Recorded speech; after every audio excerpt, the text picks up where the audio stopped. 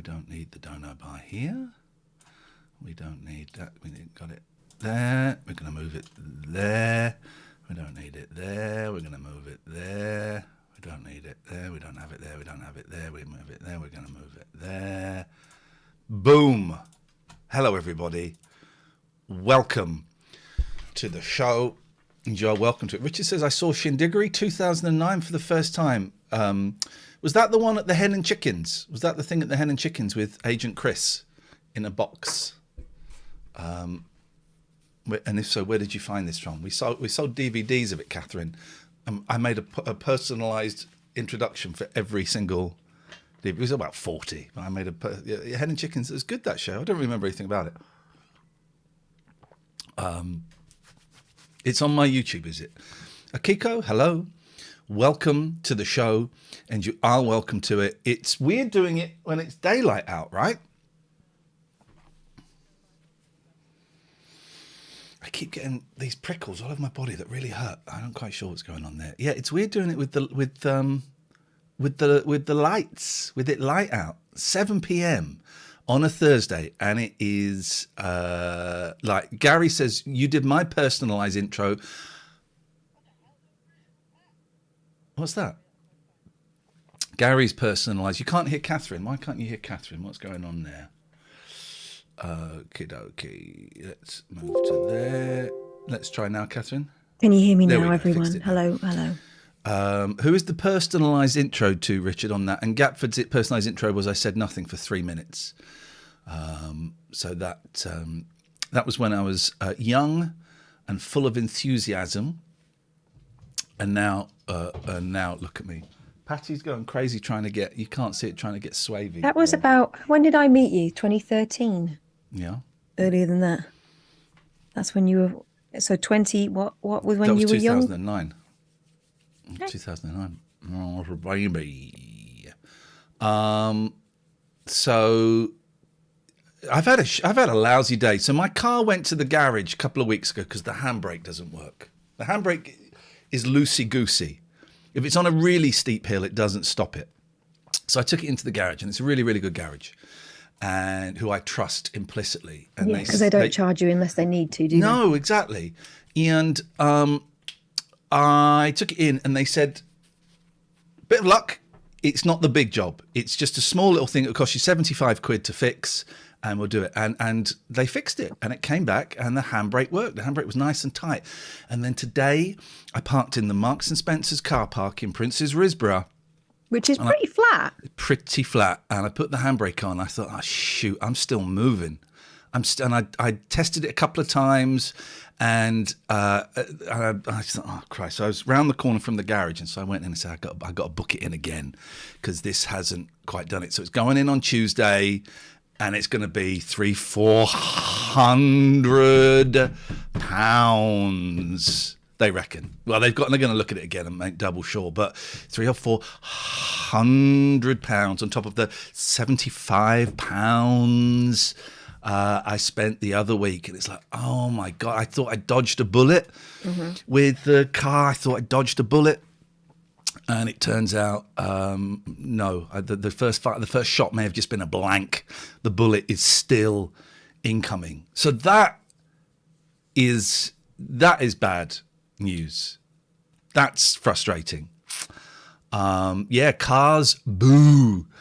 Richard is exactly where, and yeah, because it's not like you can economise and go, do you know what? Let's not bother. Let's just, you got to get it fixed. If it's let's not just right, put bricks in front of the wheels every time I park, like I saw in a film once.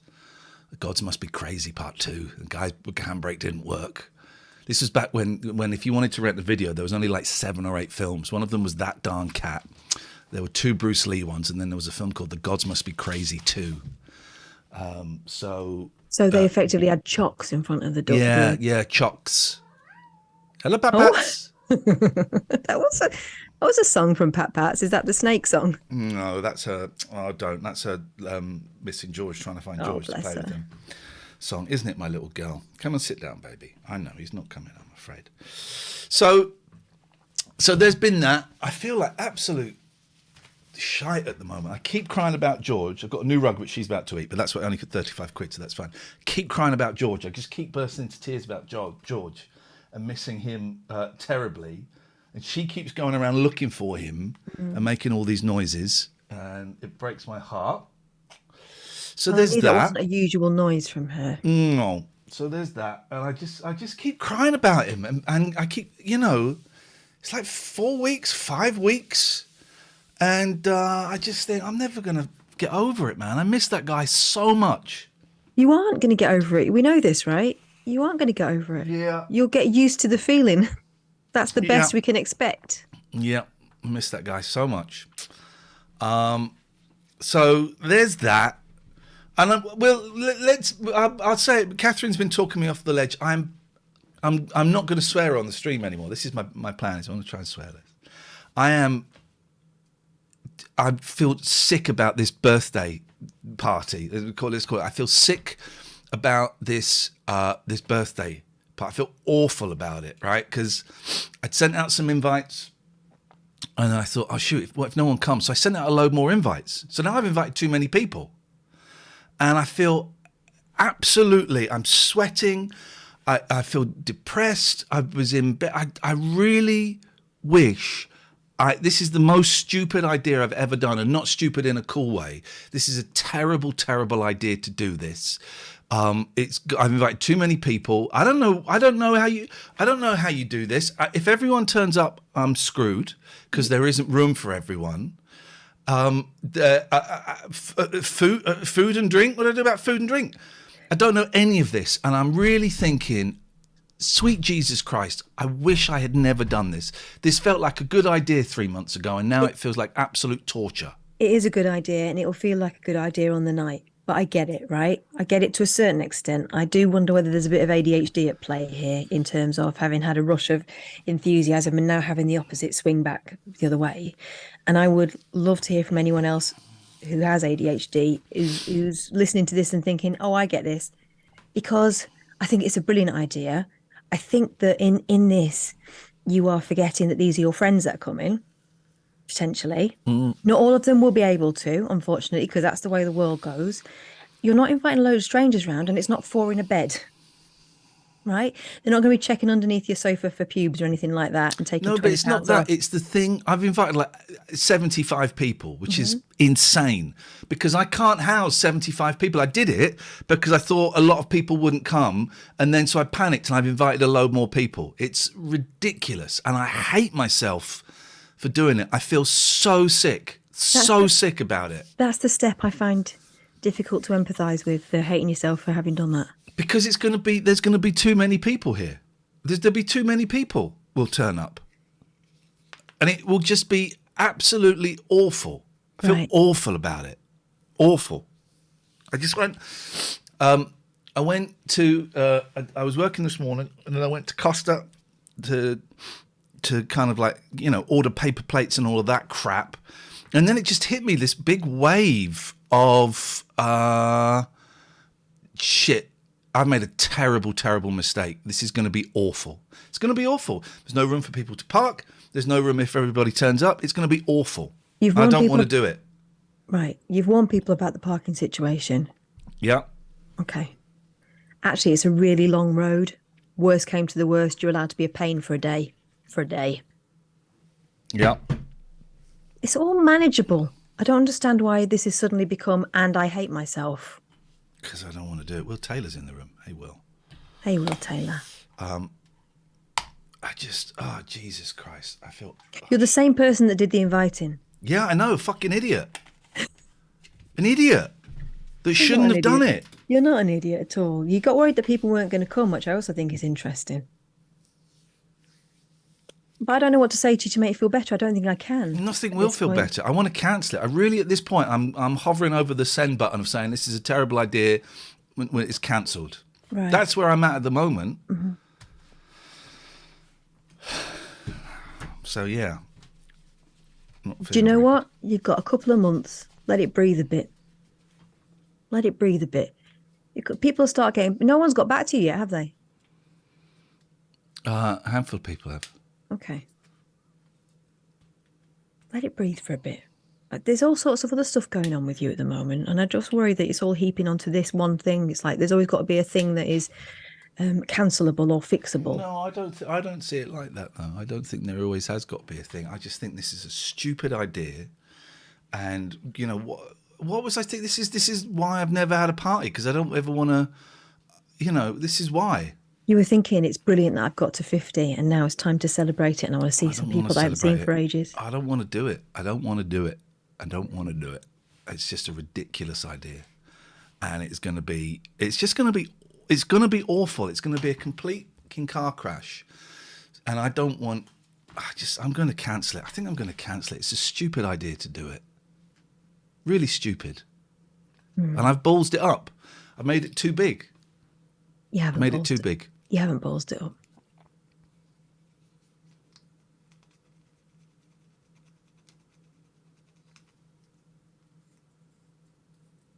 Anyway, what do you want to talk about? I find it really difficult to know what to say for the best with things like this because this is important. What is there to say though? I've messed it up. You've already made your mind up that that's the case. Yeah, I have. I've invited too many people. And it's gonna. I don't. I just don't want to do it. I don't want to do it. Okay.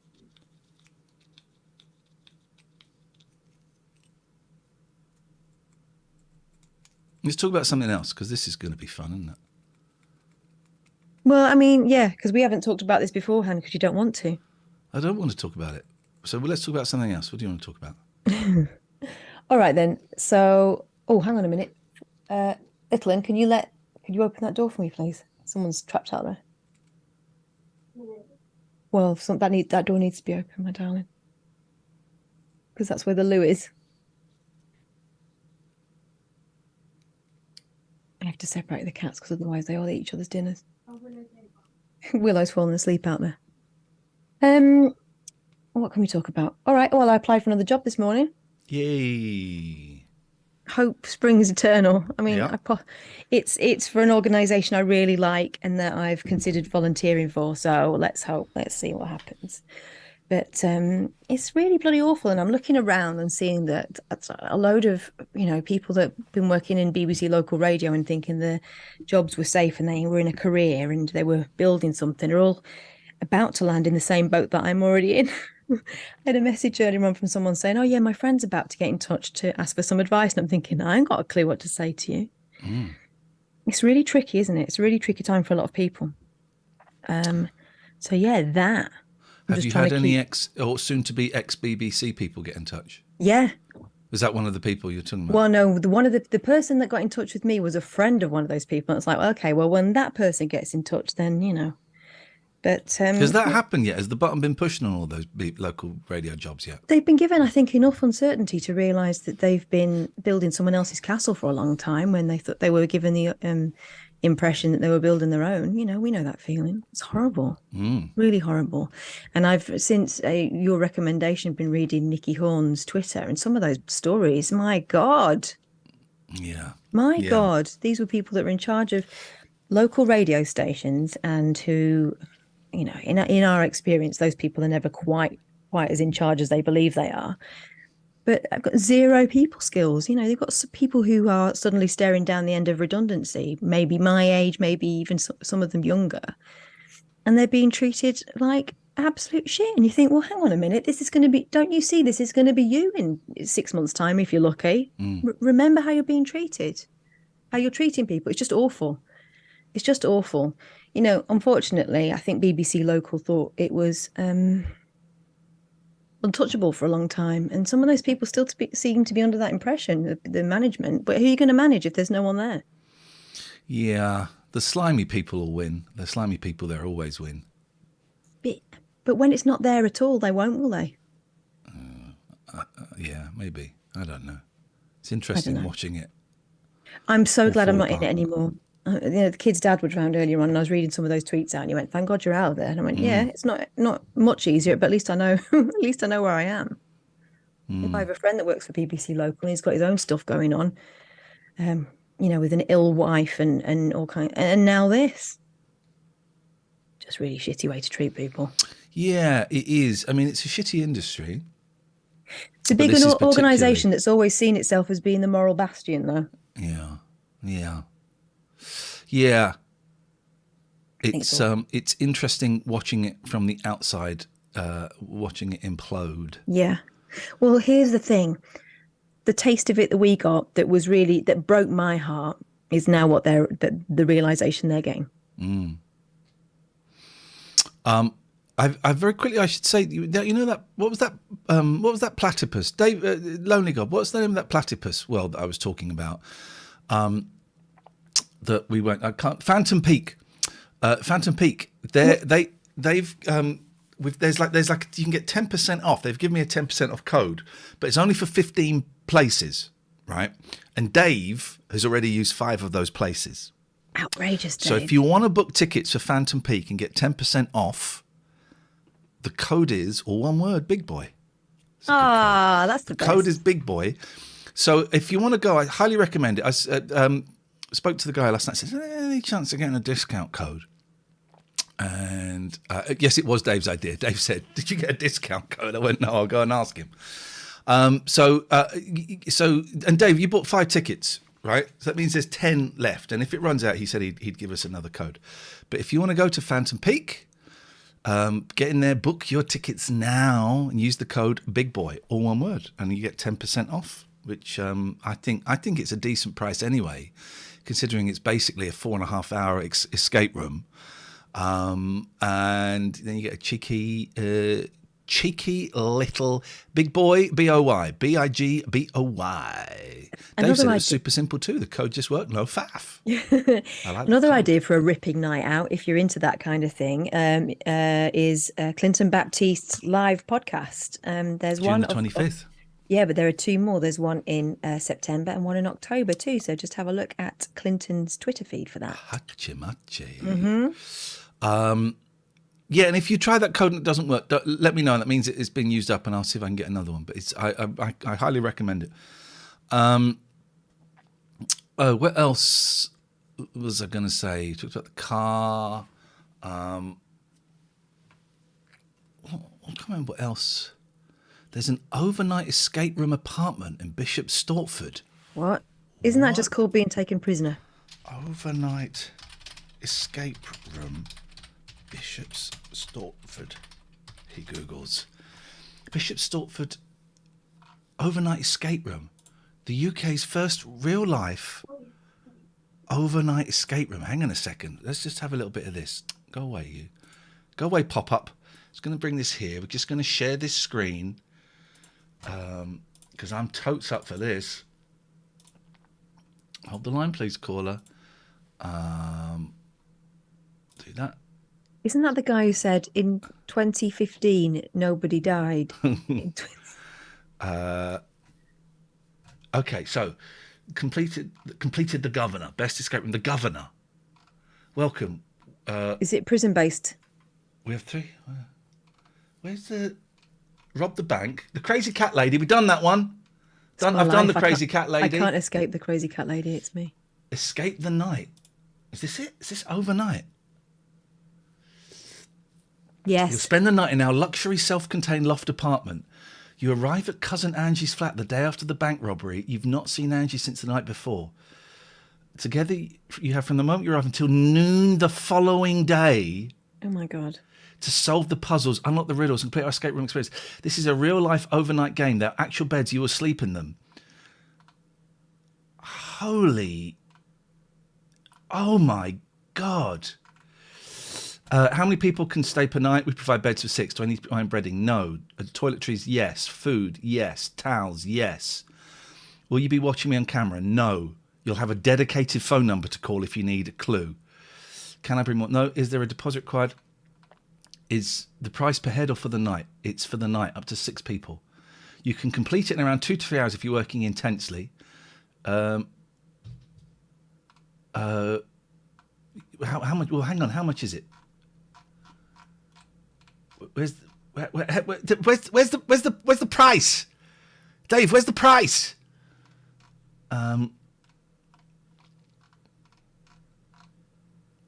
Well, let's try and book it, and we'll see what the price is. So we're going to book there. Where's the price? 250 quid. That's not that bad. For 6 people. Right, hang on a minute. It's got to make a very important phone call to some cool guys. Hold the line, please, caller. Hi, Dave. Hey, dude, I'm streaming, so don't swear. How is Sweden going? Very good. I have just been informed by my friend Dave that there is an overnight escape room. What? It's a flat that you stay in overnight and you have to escape from. Wait, how long is it? It's overnight. Whoa. So you get there in the evening. Wait, what? Go on. That's so cool. Cool, right? Yes. Wait. Wait. So it's a flat. You're basically in a flat. Wait, so you have to escape the flat? Yes. Do you get like food or anything? You got to take your own food, but there are beds and showers and stuff. You're like renting a flat. Oh, 69 viewers. I'll send you the link. Okay. Also, you ready to get? What's the time there? 7:20. It's 7:20. Yeah. Okay, you ready? In a few hours to get beaten at chess. I will beat you at chess. Goodbye, little boy. Although they're getting very close to beating me at chess. Okay, well that's brilliant. Is this the video? Watch this video. Watch now. All right, thank you. General G and Admiral HS, we've What? taken over the fucking net, and every What? day we're going to be giving you. Can't hear that. I know you can't hear that, but why? Right, you can hear it now. Well, you can hear foul language. Class A content. And soon we will be linking with Kim Kardashian, innit? Trust, we are basically going to give you the best content you can ever dream of. Watch this space, bruv. Penally is coming towards all of you. Trust. What was that? Trust. General G I don't and trust. Admiral HS, we've taken over the fucking net, and They've taken over the effing net. How do we do? Wow. Are Are they going to General get their G, asses out, put champagne down their cracks like Kim K? Who do we they've taken over the net. Someone should be alerted. every day we're going to be giving you Class A content. Okay, well, let's have a little look, see what Class A content he has provided. He's got 6.5 million likes. Should be So alerted. Alexis, when are we getting married then? You haven't proposed yet. You literally said it's not marry void, you'd marry me, so Oh, yeah. Yeah. Yeah, but you still have to propose, so. is it? Yeah. Trust. There we go. Okay, Not just Alexis, about it. snog, marry, avoid, HS. Oh. What's going on? Oh, that guy. Now, that guy I ain't got no mother. I'm aware of on TikTok. He's not without his problems. Even the Dalai Lama wanted a boy to suck his tongue. Yeah, but apparently that was just banter. Holy banter. The Dalai Lama wanted a boy to kiss him on the lips and then suck his tongue. What is going on? Mm-hmm. What's going on in the world? He's got a load of followers. Maybe it goes with having loads of followers.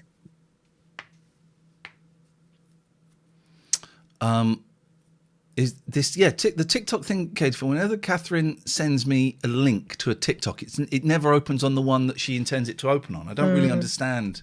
That happens sometimes when my kids send me things. I have to keep trying. Oh, look who it is. Oh, you getting nervous, bruv. Don't get nervous. Oh, don't get nervous, bruv. Oh, grab her ass, mate. Just grab her ass. Oh, go on, loose game, loose game. Oh, loose. Oh my god. Oh my Oh, is it his god. daughter? Oh my god. Okay, give her a kiss, mush. Give her a kiss, mush. Give her a fucking kiss, bruv. Yo, Alexis. Sam. I bet the guy behind the camera ends up sleeping with Alexis. The guy behind the camera is the problem, my friend. Is he? Okay. All right. Well, they've taken over the internet. There's not really a lot we can do about it. I don't What think did he's you allowed do? to take over the internet under his When conditions Sheldon was of doing parole. her taxes, What's going he on there? noticed a missing check. What did you do? Before I answer, do you trust me enough to understand that it was for good reason and just leave it at that? What did you do? I've got no idea what's going on. Is that Biff?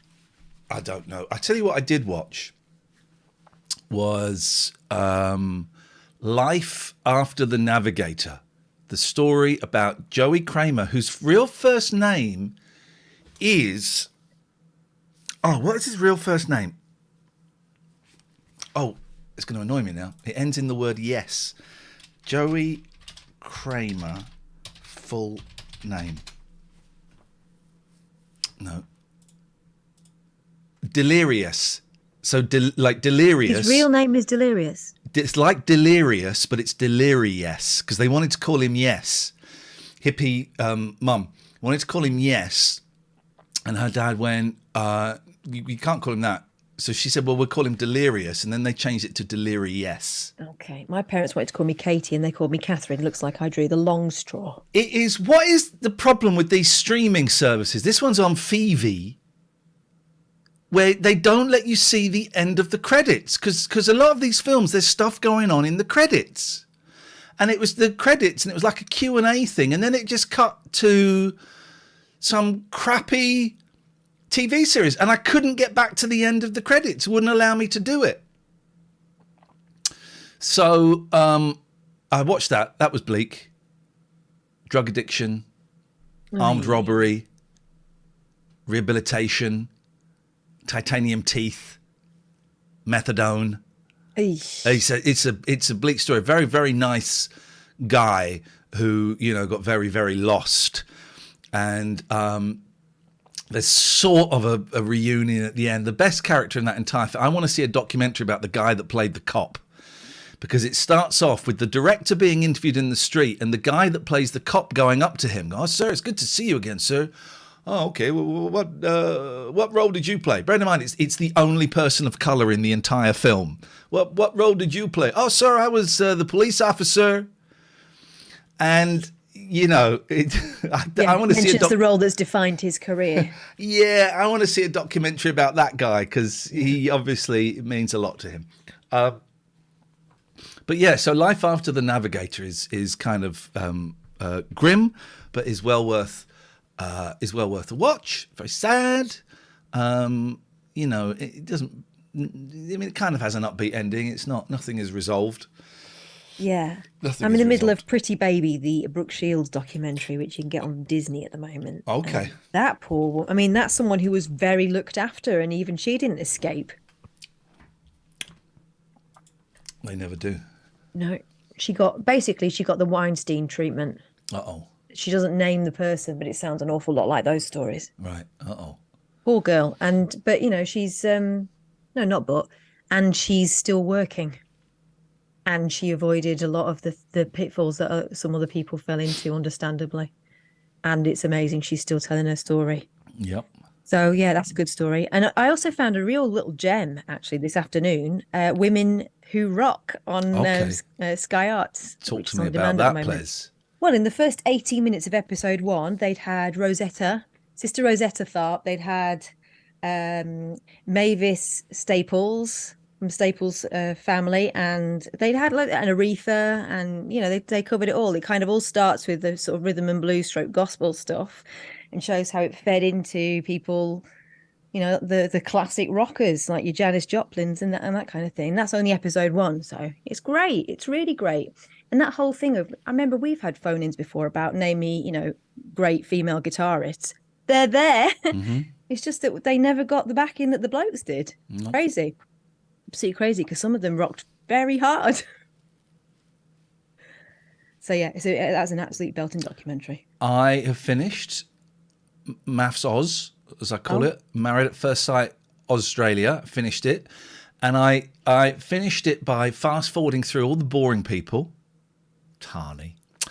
I thought you liked Tani. Well, I do. At the end, and what she is and great? Ollie are very stable, right? Yeah, they win. They win. They're the winners. Yeah. It's no spoiler. They win. But what's great is they observe everything, but towards the end, even Ollie can't keep his mouth shut. There's a moment in the one I caught because I'm up to where E4 are up to now, so Okay, so you can talk freely. So if it's available in the UK, you can talk freely on it. I will not give any spoilers. So there's a moment on the retreat where Harrison and Bronte turn around to everyone and go, "Does everyone think we're fake? Hands up who thinks we're not an authentic couple." And they'll go, and Tani and Ollie are like, "I don't want to get involved in this. I don't want to get involved in this." And then there's a little cutaway to, present Ollie, and he says, "I didn't want to say it, but I did think, yeah, me."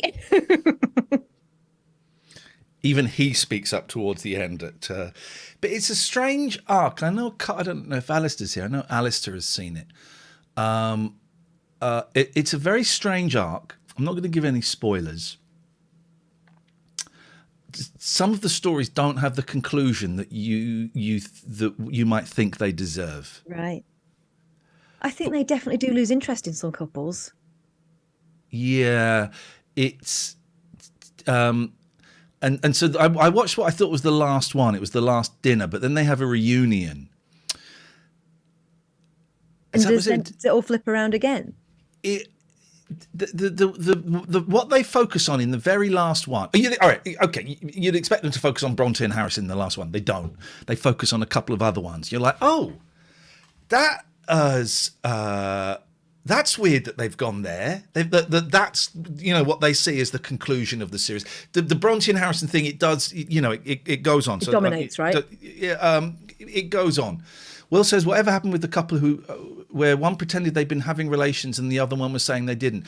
Oh, it turns out they had been having. That was the horny old lady. Yeah, turns out he was the one that was fibbing. The one that appeared to be the one who was the more straight-laced of the two, because he didn't want to discuss it. Wrong show, I would suggest, to be honest. You need to watch it because I've watched the what they call it, the vows ceremony. The commitment ceremony. The commitment ceremony. No, not the commitment, where they redo their vows. Oh, yeah, at the very end, yeah. There's one of those, and I'm watching it thinking, my God, that's horrific. But no one else has picked up on it and gone, yeah, that was horrific, what that person did. One person does something horrific. Uh-huh. But they're being given kudos. It's like, no, that's awful what they just did. That's awful what they just did. Okay. I need someone to talk to about it. Where's Alistair? Alistair, I need to talk to you about. Alistair's probably still watching it, or he's finished Married it. at First Sight UK, all of them. I'm not watching any more of that. I'm done. I am never. New Zealand one. I'm never watching any more of those things again. It's an awful television program. I just had to go through it because I thought, right, I've just got to get this done and then I'm out. And I'm watching it on a hooky website on BTV on my Fire Stick. Install BTV. And to make it worse, because I've seen some of these episodes via your BTV stick. Yes. In Australia, they had kind of interactive moments, so you could say, "Should she leave?" Yeah. Yeah. You could join the poll Jimbo on someone's hasn't relationship. It yet. I've been talking with Jimbo. He's not finished it yet, so it's difficult who I can talk to about this. But I've not been in any way tempted to go back to Math Oz 9 or any of the others. I'm done. It's out of my system. I've flushed it through, and I am out of that absolute shite. Terrible program. At least with Dragon's Den, they probably don't get lent some money. With this, there is a real emotional ringer, isn't there?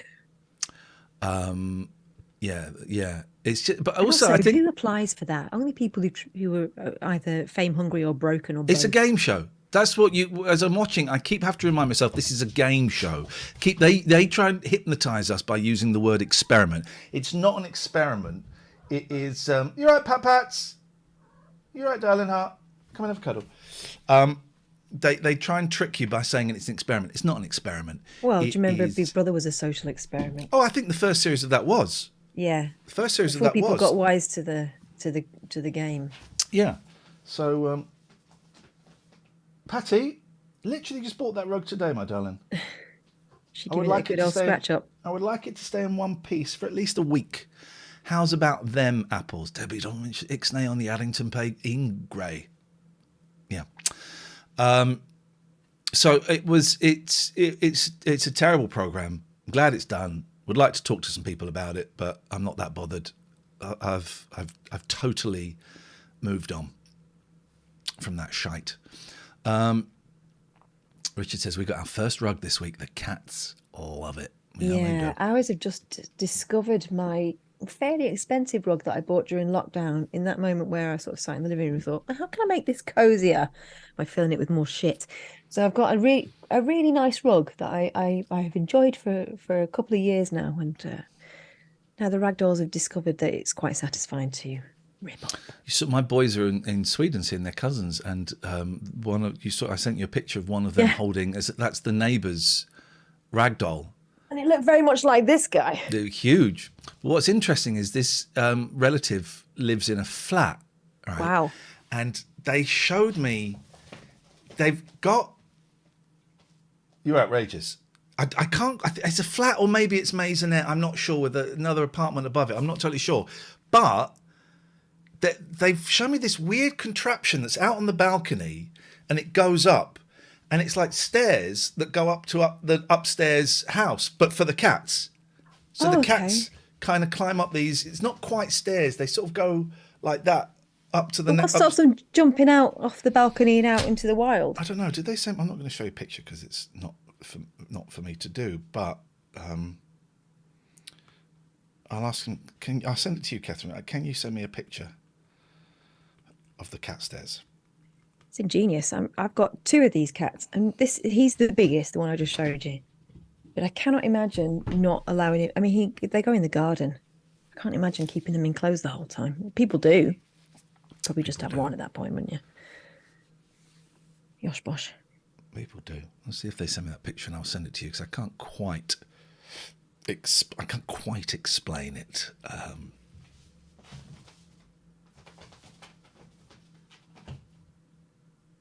I mean, I can I'll show you.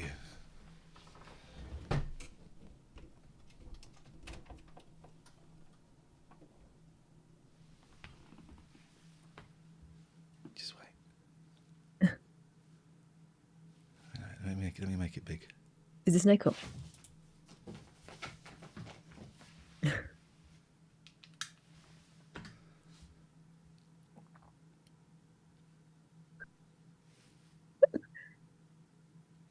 Move it over here.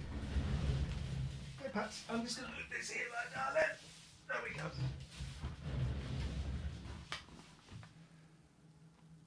Nope. Oh. You're not interested? She will not perform. She'll come back. Hey, Pats. Patty. Patty.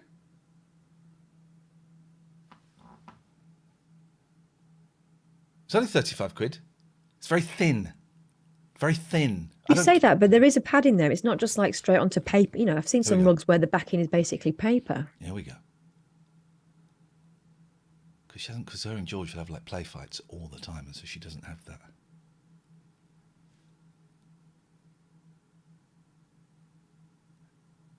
Here we go.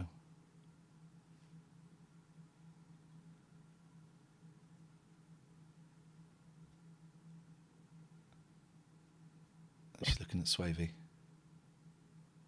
Swavey is about to get tank bashing. She's a bit bored. Look. Oh, who's that? That's Lux. Someone do something. In that lighting, it looks a bit like a tortilla. It does actually, doesn't it? Delicious. Here we go. There we go.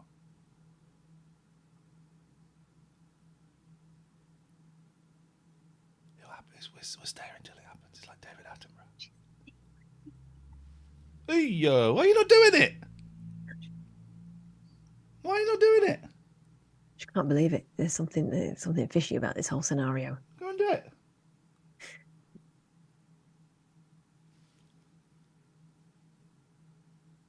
Why are you not doing it?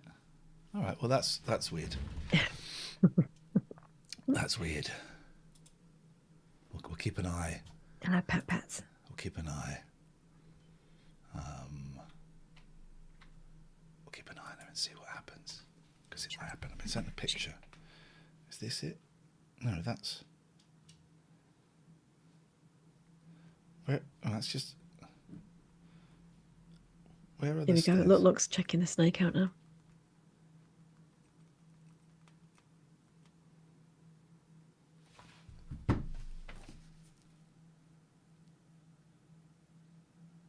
If you're listening to the podcast, unlucky. You should be watching, because this is where the action is. Pats is in your chair there. She. Let's see what happens. Let's turn the light off. Let's see.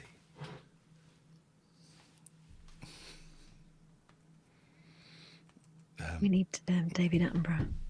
There are no Richard pictures of the Attenborough. cat stairs, I'm afraid. David Attenborough. One of the Attenboroughs. We need the Attenborough boys. We need Dickie Attenborough to make a war movie about this. Nope, she's settled down now. All right. Well, Of course she has, because that's cats. Them's cats. Them's cats. So, I bought a barbecue today. Oh, yeah. Potentially for this party. I saw a couple in Argos that were unavailable. Then I just checked today. One of them was available. Well, you're lucky because you know what's about to happen. What? A heat wave. Is it? Yeah, next week apparently it's going to be dead warm. Well, It's going to be I've got warmer one, than yeah. Sicilia. I got to pick up a barbecue tomorrow from Sainsbury's, which is part of Argos apparently these days.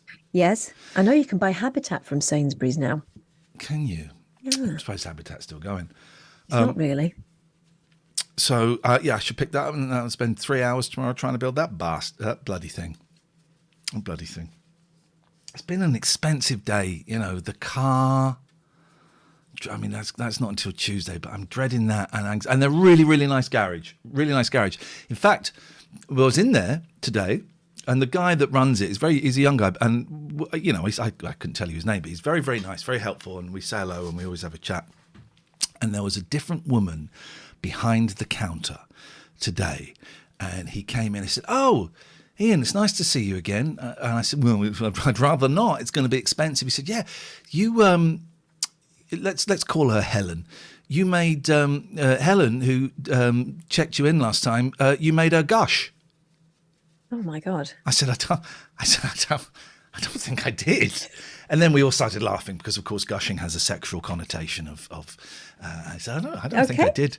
I don't think I did make a gush. I didn't touch her. I mean, he meant she was excited because she'd recognised me off the television. Bless him, he But didn't think like that, not like you. No, he did. As soon as he said it, he said, "Oh, that was the wrong thing to say." Then the woman behind the counter is looking at me, and I said, it's a once in a lifetime offer, I'm afraid. So that was embarrassing. There's not really a lot you can say to that. No, I think that you dealt with it inappropriately, but appropriately. Everyone was. It was just an inappropriate thing. It was very much It so. was Yeah. an inappropriate thing. Gary says, "I think Sainsbury bought Atgis." Okay, nice one. Thanks for that. Corporate news. Thanks for that. Honestly, it's been a bit of a lousy day today, really. I feel it's not going to be a long one tonight. I feel physically sick. I feel really depressed. I feel physically sick worrying about this fucking birthday thing. Honestly, I'm close to cancelling it, I think, and then just like maybe booking out a table at a restaurant or something. I don't know. I don't really. Oh, Jesus Christ, I don't want to do it. I do not want to do it. So we'll see. I feel sick, Catherine, just thinking about it. I've been lying in bed all afternoon. All right. Just wanting to puke. Nothing's happening now. Nothing's happening now. Let it breathe for a bit. Cancelling it is always an option. Yeah. All right? I've invited too many people. That's what I've done. I've invited too many people. Well, the problem is that everyone comes in twos at least, right? Mm-hmm. So that's how easily it can creep up. But I really think just give it some room. Just give it some room. People will understand if it's too much. Yeah. So I feel They will. They're your friends. That's why you invited them. Yeah, when I cancel it, then I'm letting people down again. There's no win. There is no win in this situation for me. You're not letting anyone down. It was not something they were counting on in the first place. It's not something they worked hard for. It's something they will understand. They certainly would not want you torturing yourself over it. Okay? Yeah. Okay. Let yourself off. I'm also aware that there are people in the room who I've invited, so I don't want this to make it sound like I'm saying, don't come. I think people know And you I hope well you're enough not hearing to it know like that. The No. people that are invited. It's not No. me saying, oh, you don't come. Because that's not it at all. I've invited people that I wanted to invite, and I've just invited too many. So I don't really know how to lift the vibe tonight. I feel really low today, and I don't really know how to lift the vibe tonight. I ain't got nothing. What you got? There's nothing I could say to lift the mood either. No, but how do we then proceed and get on and entertain these fine folk? Why don't we open up the chat and have a multi-way Zoom? Yeah, let's open up the chat and have a multi-way Zoom. Exactly. We're going to open the box for all sorts. I hope you'll jump in if you have the time, the inclination. Come and join us. Let me just nip to the loo, and I'll be right back. Honestly, it's a quick one. Pat, what was that for, love? Don't attack Lux. Here we go. It's going to happen. She's rolling about in the chair. It's going to happen. Here comes Dean.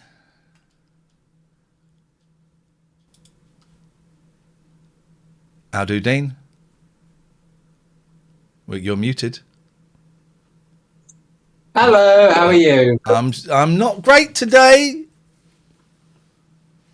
Yes, let me get this sorted out. Right, there we go. Yes, you're worried about inviting people to your party. That's correct. Oh dear.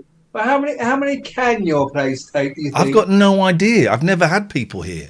I've deliberately never had people here. So, Oh. Well, is it? Well, I'll tell you what you could do. Yes. That'll put your mind at ease. Get some chairs in. Hire some chairs, like 30 chairs, and put them all around the house so people have somewhere to sit. Then what do you think of that? Get 30 chairs. If a man has 30 chairs with 16 relatives, 3 of whom have 1 leg each, how many chairs will he have left over for his daughter's wedding? Well, I am going to knock on the neighbours and see if they have any garden furniture I can borrow. I can bring. Okay, well, that's some. I'm going to speak to... Well, you must be able to rent these things. You must be able to rent hundreds of them at a time. I'm sure you can rent chairs. Listen, everyone brings a picnic blanket. Job done. Are they bringing their own booze?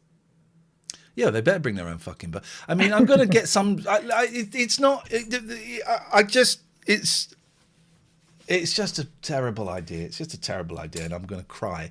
So, hi everybody. Catherine, can you lead this while I just sit and sulk, please? Yes. Thank you. Has Gatford had his hair cut? Yes. It looks like you've had a bit of a restart, Gatford. What are you going for? Well, I was going for kind of like swept over at the side, but then I've been kind of lying down a bit, so I think it's just got a bit messy. But yeah, there was a bit of a situation where I was getting looks in the street, so it was time to have a haircut. Oh, was it because you're so handsome? Why do you always assume that it's because you need a haircut? Well, I just always assume he's going to need a haircut. Actually, my mum said something, so that's always one of my triggers to get the haircut. So. There it is.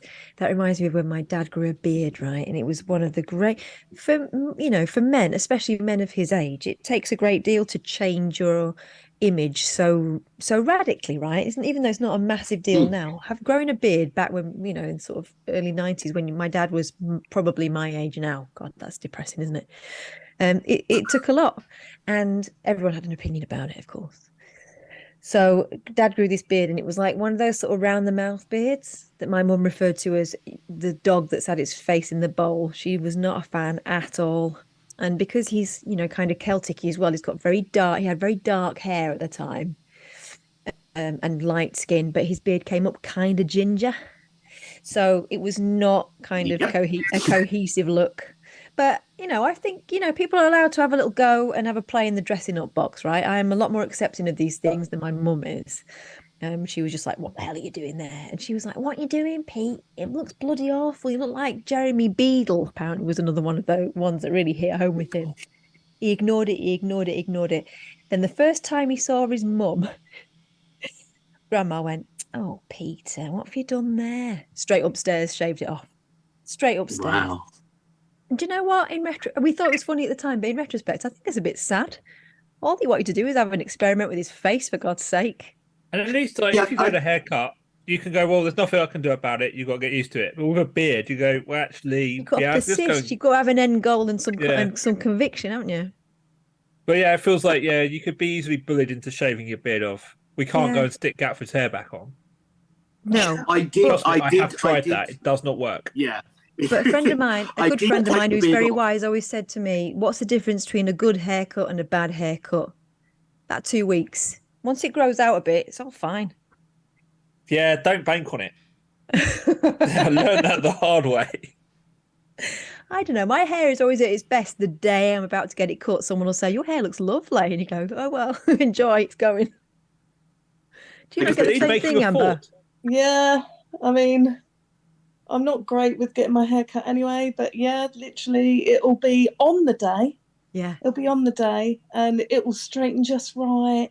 And, it won't look so dry or brittle. And it's like it knows. Just give me one more chance. I'll be good. I promise. I've already committed.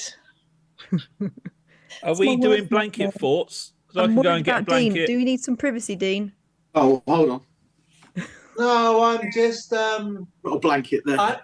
I'm putting the blanket to divert the heat from the heater. Oh, I I'm see. cold. Okay. As long as you're not trying to, I don't know, do something private and we're intruding upon it. No, of course not. So you're hot and you put on a blanket? No, I'm trying to divert.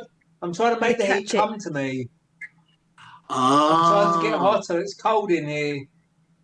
And the heat. 3. Thank you. I mean, it was so back to your haircut, blankets, but yes. I was just about to say, for me, and I think some of the people that I know, growing a beard is just can I actually do it, and then do I look younger with it on? So therefore, I'm going to do it. Yeah. So, because I did shave mine off, and I did not like the results. Oh, really? Why? I looked older and fatter, if I'm honest. You didn't see as much of the chins. So you feel like it gives you a bit more definition having something. Yeah, absolutely. Yeah. Well, it's like contouring for blokes, isn't it? Contouring is what women do to kind of create a bit of shadow. So that's basically what it is for guys, isn't it? Yeah. I'm going to use it. I had to learn to trim it rather than just shave it off because, shaving it off, there's too much going on under here. No. And we're all at an age, though, where this is starting to travel downwards. You're starting to lose a bit of elasticity, aren't we? I'm not bothered enough to get anything nipped and tucked, although I have seen some great results. Did you ever watch, was it the beginning of, what's that thing that, what's her name's in? Jane Fonda's in. Ooh. Two lads' names, Frankie and... Oh, Frankie and Benny. No, but no, I know which something one like you that. mean. But at the beginning of that, she shows herself taking, she has these sort of what they used to use in old Hollywood, where they used to have some tape and some strings underneath the wigs. Yeah. Oh, I've got a hack for that. Yeah, she takes her face down basically at the end of a long night out, and she looks like she starts off looking sort of mega glamorous and young, and I saw takes her hairpiece off and takes her strings down. I was doing it today. I saw something on TikTok, and oh god. So pretty much what she did is she put half of her hair up here. Oh yeah. And then she flipped it over and clipped it. And then the two pieces that are here, just sort of in front of your ear, she made this tiny, I don't know if you can see, but she made this tiny little ponytail, and it made such a difference, and I've been playing about it. My mum used to do my hair so tight when I was a kid that used to pull this bit of skin right over. Yeah. I might just get my mum to give me a French plait. Yeah. Either that or I'm pop round your mum's giving in the that morning. tiny little, that tiny little ponytail. I'm definitely giving that a go. But actually, when it comes down to it, we all know, right, that growing older is is when you're winning. Well, the other one I discovered as well, which it's quite funny. There's this thing that's trending as well where they're doing this thing called mewing. So all you do is you do mewing. Oh, it's like face yoga. So it's face yoga. And I was like, shall I try that? And then I just got the giggles. I'm really stupid. Two things. It's Grace and Frankie. I had to look it up because I couldn't remember. It was annoying me. And wasn't it when you tie your hair up in a bob? Wasn't it called a Croydon facelift? It was, but that was like in a very, very sharp bun. Yeah. Which then later people were warned not to do because it pulls your hair out. You end up with a receding hairline. Which is why I've never done again. Yeah, no. They found out the hard way. Yeah. So I'm going to do it underneath and see what happens. See if anyone can see it. Just got to remember not to brush my hair and rip my face off at the same time. Can you imagine though if it pings out at the wrong moment, all of a sudden, in the middle like of a death becomes her or something? How you doing, Dave? I haven't spoken to you for ages. I'm all right. Tail end of a very rough week. Oh man. Long story short, my stepdad is now in a home, which took a very. He was in the A&E for 8 days. Oh shit! I'm so sorry to hear that. Because there was nowhere to put him, and bank holiday meant they couldn't do stuff on the Wednesday and Thursday before the bank holiday for some reason. Right. Yeah. That was the excuse they kept using. But he is now safe and it's good. You know that when it's all done, you can kind of go, oh, I don't need to be waiting for my phone to ring every 5 minutes and talking to a different social worker every couple of hours. And it's all the annual leave the civil servants get, Dave. That's the problem. Where did that voice come from? Oh, it's Jimbo. Hello. Jimbo. Literally, I was thinking, blimey, your voice has gone deep there. So, yes, Dave, you're still unclenching then, I take it? Yes. Otherwise, I'm good. I am going to plug it. Most of you guys have probably seen it. In the, I think it was the Sunday Times. Jim will correct me. What was it? What paper was it, Jim? Sunday Times. You kept telling me it was the Telegraph before it was published, but it was the Times. Yeah. There's a podcast supplement that they put in once a month, and our podcast is listed in there as like indie podcasts to go and find. Hooray! Well done. Congratulations. Yeah, that's and brilliant. we're number one on Good Pods on most of the charts as well. So yeah, it's Dungeons and Dickheads. Love it. Did you pick a relatively obscure category so you could be number one in it? Well, we're in, I think, fantasy, sci-fi. Oh, no, that would be a popular one. See, well done. But also comedy and improv. Yeah. Beautiful. Congratulations. Number one in comedy and improv. That's amazing. When I did a podcast, I put it in history so that it would get more listeners. I mean, I don't know how many people use Good Pods because I hadn't heard of it before this. So I don't know how many we're out of, but certainly I'm taking it. It says number one, I'll take it. Yeah. I think they followed me this week on Twitter, but I wonder whether there's a connection there. Excuse me. Or possibly. Yeah, Anyway. Windy Pops. Windy Pops there. Anyway, congratulations, David. Dave, that's amazing, especially after the week you've had. And it's quite nice because we've been streaming it and cutting the stream up into like almost two podcasts per stream, and they go out every 2 weeks. We've actually podcasts are sorted until like the end of August.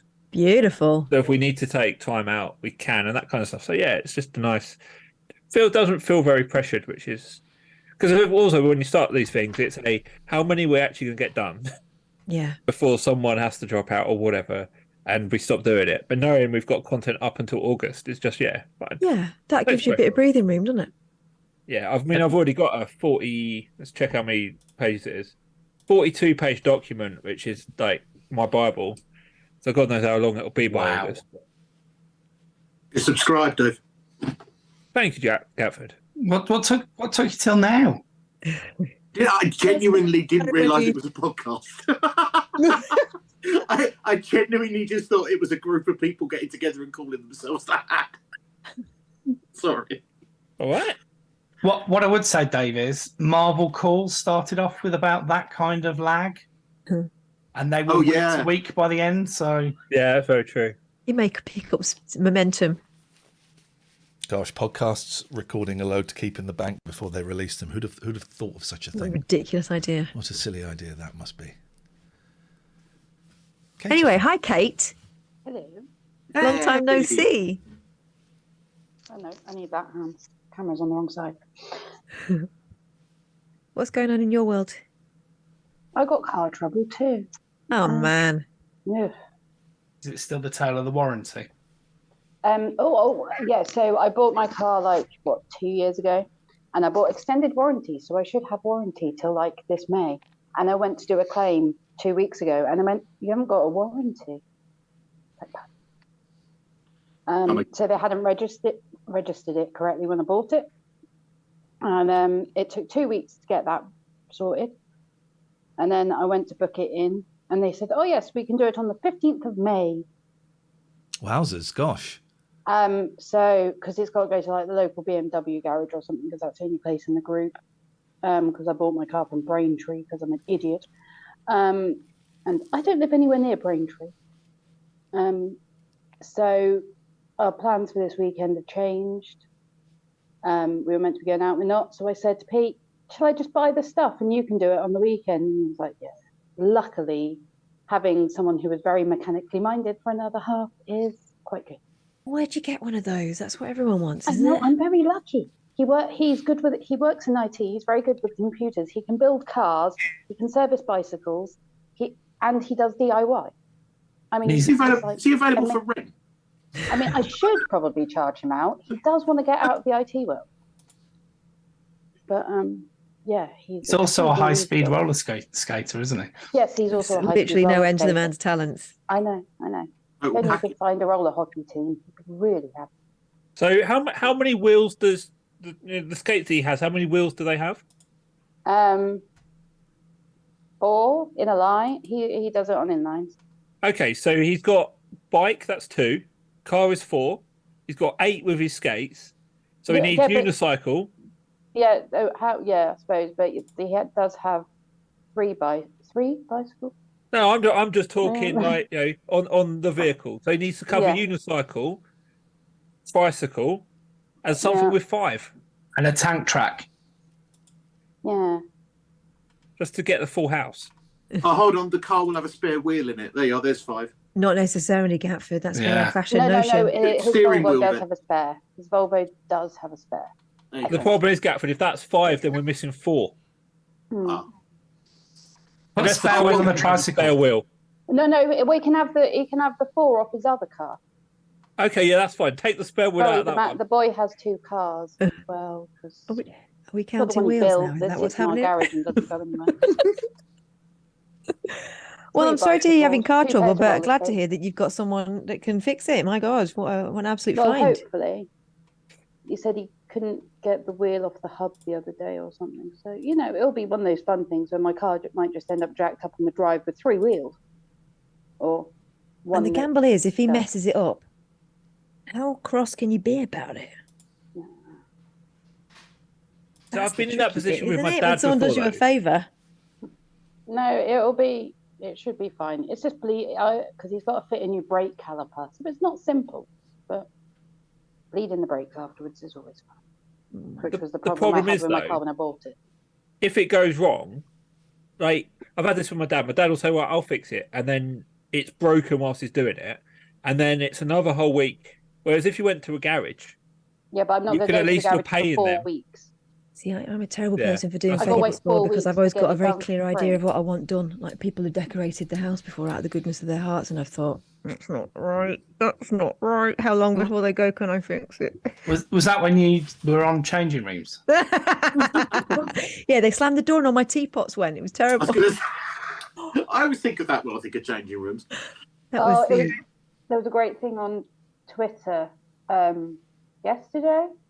Scott Brian, is it, who's does TV reviewing and stuff and does the thing on Radio 5. He was like, what if there was a moment in time on TV that you could get ITVX or something to make a 3-part serial drama about, what would it be? And one of the ones which someone put in was the teapot disaster. And he flagged that one up as one he would quite enjoy. I think there needs to be an investigation into America's Next Top Model as well, because I think that was a terrible programme. We all bloody loved it and lapped it up.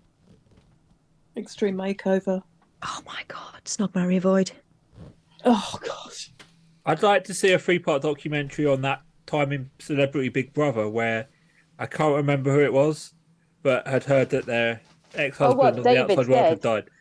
Yeah. Oh And they no, all no, thought- no! Wasn't that?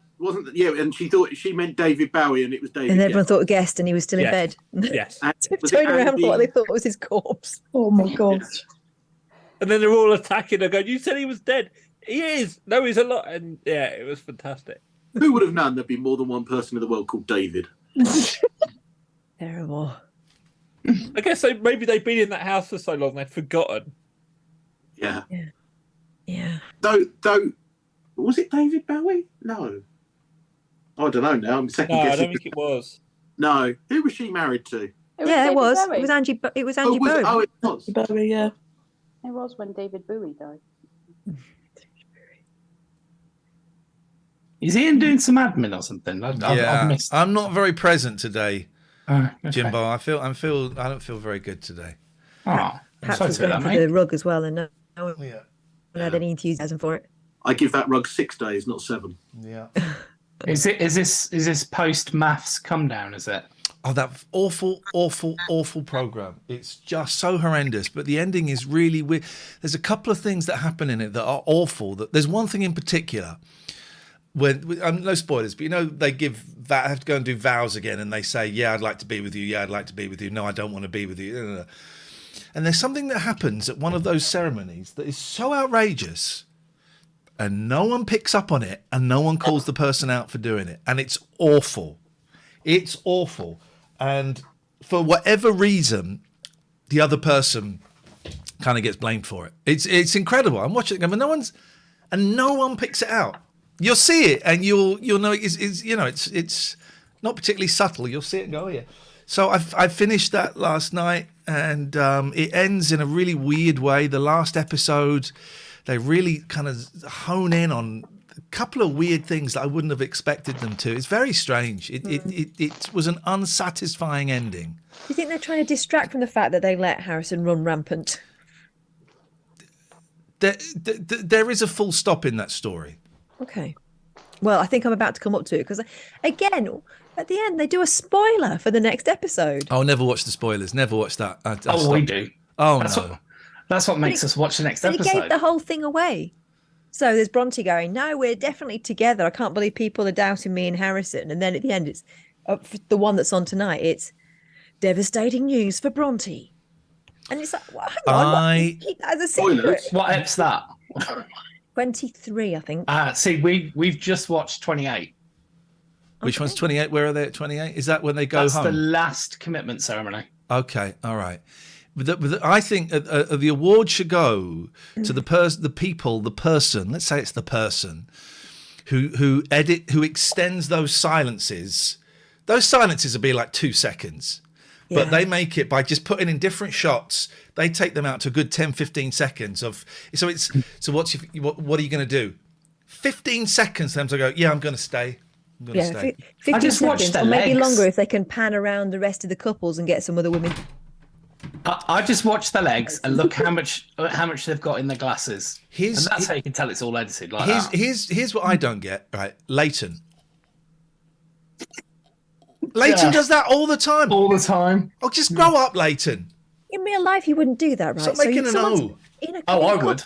Well, in a group setting, right? A couple is having a horrible, let's call it a domestic, that horrible term, but they're having that moment. You pretend not to notice, right? You certainly aren't going.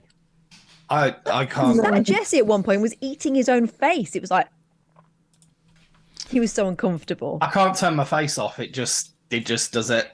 My eyes give it away, but I would certainly not be doing the. I went right off Evelyn. Have you gone off her yet, Jimbo? I don't know if you have gone off her yet. If you've got to the point where I just. Okay, there's a couple of things she does, actually. There's a couple of things she does. And you just think, you're just rude. Actually, you're just rude. But she's normally being rude to Harrison, so that makes it okay. It changes.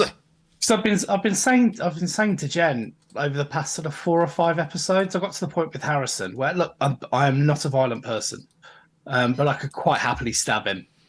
And that's something a violent person might say. I know. But I'll just turn to Jen and say, you know what I'm going to say? And she says, yes, she'd quite like to stab Harrison.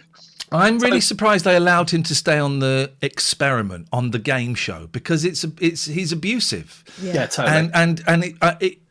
But also, they purposefully put him with someone who has had experience of just that previously and has been damaged by that. Oh, he's a narcissist. Yeah, 100%. Oh my God. Isn't that kind of like? And I know I've not seen the program, but it's the point that they want the controversy. Okay, Yeah, it's a game show. It's a game show. Do that. Yeah. So, like, what was the one where there was it X on the beach or something where they got ex-boyfriends or ex-girlfriends to come back and live with them, or something like that. And it was pure manipulation. There's another one called One Night with My Ex. Have you seen that one? Right. I've never seen it. I get it from the title. What's I the think thing it's a you terrible saw? idea. F-Boy Island. What's F-Boy Island? F-Boy Island is a real thing, as is MILF Manor. That was the joke on 30 Rock, wasn't it? MILF Island or MILF Manor? They went and made it. Yeah. Oh, we're not surprised. They've made it. The So original Married at First Sight UK one was a straight down the line documentary, wasn't it? It was there was only 2 or 3 couples, and it was straight laced. it's certainly not been as explosive as this one. Well, they've made it more like a bit more. They changed the UK format. So originally it was just a straight documentary type thing. Then I think the UK one's now copying the format, but it went from proper experiment to. Oh, I bet they're all. I bet the Dutch one is. I bet the first Australian one is, and then they realise they can get more figures by turning it into a game show. It's a game show. That's all it is. Speaking of this stuff, are you going to be there for Rise and Fall tonight? What? Yes. What is that? We watched the first 40 minutes of the first, or 30 minutes of the first episode, and just went, no, delete. The last one. Yeah, they're all awful. They're all awful. My friend at work was telling me about one that sounds like that, but she kept calling it the Red Rooms. Yeah, they have a red room in there, but it's called Rise and Fall, isn't it? Yeah. Yeah, I've been told that it's something I should watch, but now I'm being slightly sceptical. I mean, it's by the same people as The Traitors, which I haven't seen, but I know. Traitors is wonderful. Traitors is brilliant. I gave That's up why on we started watching this. But it's based on the same thing, which is what will people do to win when they've been purposefully selected as people who want to win. You know, it's like, so you know the chumminess of Deal or No Deal. Yeah. It's that, but they don't forget that they want to win. It's that until they go up, yeah. Yeah. And then it's all forgotten. And then they manage to convince themselves that it's for everyone else's good. But then there was Temptation Island. Is that what it was called? That's just finished as well. No, not Island. No, Temptation Trail? It was something like that. Where they're doing a trek across South Africa, and randomly there's just, oh look, it's a coffee stall. You can, you have a £300,000 prize pot. If you want to spend £500 on a coffee, you go. I saw that on Gogglebox, and then one person chooses it, and she has to drink it in front of everyone. I'm not going in for this. There's 17 episodes. I haven't got that kind of time. But the problem with it was though that 17 episodes, you part-timer. That's nothing. I know. Yeah, it's like I can't watch 3 episodes of anything at the moment. With the Temptation one, it worked out if they did nothing, took nothing, they would end up with 25,000 each. When it all finished, and they took quite a lot between them, and later on it was only out of their own prize pots. The person who took away the lowest took away 20 grand. Like, that's not a huge. I don't think it had the same impact they wanted them to. You kind of, it doesn't feel like they lost that much. They got the maths wrong. I think they get into a headspace where they go, "It's not my money anyway. Who cares?" Well, and that was because then in the last one it changed so that it then came out of just what they had. Yeah. And then you've got the guy who's been telling them not to take stuff the whole way through, then trying to goad them into it because he's going, well, you were happy to do it when it was our money, and what about now it's yours? Yeah. Yeah. It's all playing on the fact that human beings are arseholes, though, isn't it? Greed, selfish. Yeah. It's basically that. So what the producers are taking the part of the devil, basically. People are so trashy, and it just fascinates me how people can stoop to that level, because I don't know if I could. It's also, you want to be famous for that? That's what you're going to be remembered for. God. Yeah, I couldn't do it. But it The fascinates me. naive the ones, people though, that because they'll be do. the ones making the money. I mean, they might have 6 months of it and they'll make riches beyond their imagination, and then that'll be the end of that. But at the same time, my God, what a trade-off. I think that's why Big Brother failed in the end, because people went on there with game plans. Yeah.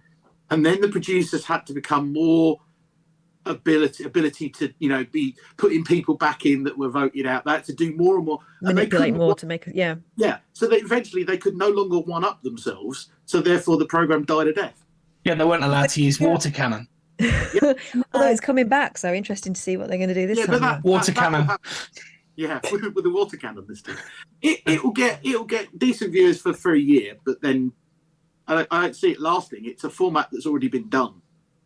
Oh, I know I'll watch it though, because it just fascinates me. It's the psychology of it, I think, for me. I like watching people's reactions and watching the groups, and it all sort of slowly build. Go and really sit in a coffee shop for a few hours. It's the same thing. Yeah, but then people object when you do. Yeah. The background.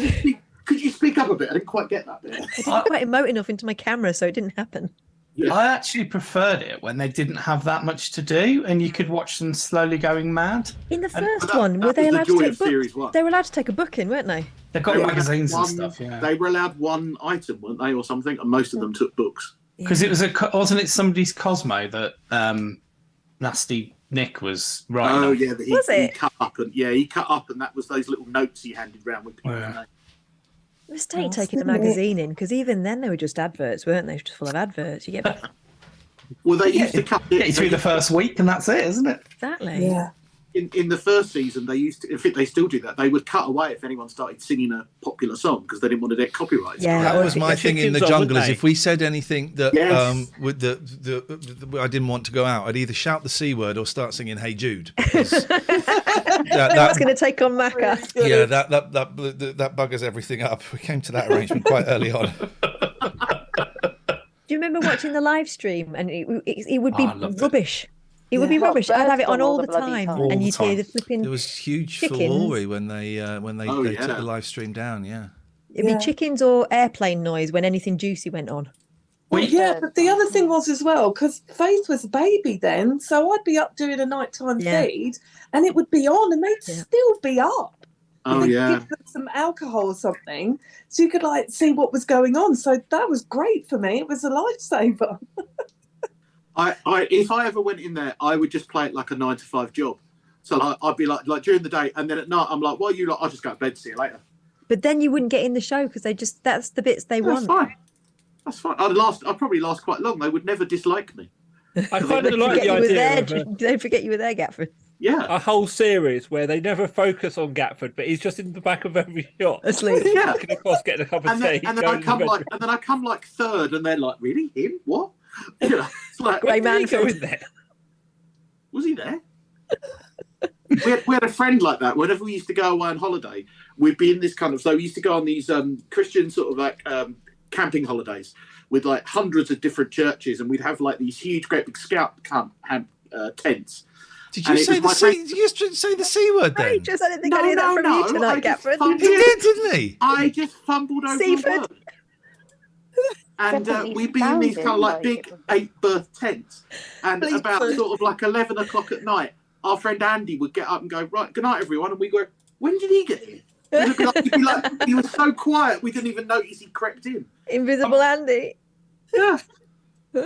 Sorry, I didn't see the second half of that that story because I was too busy thinking you would drop the Bomford. See you next Tuesday, bud. I assume we've all seen the T-shirt that's been pulled.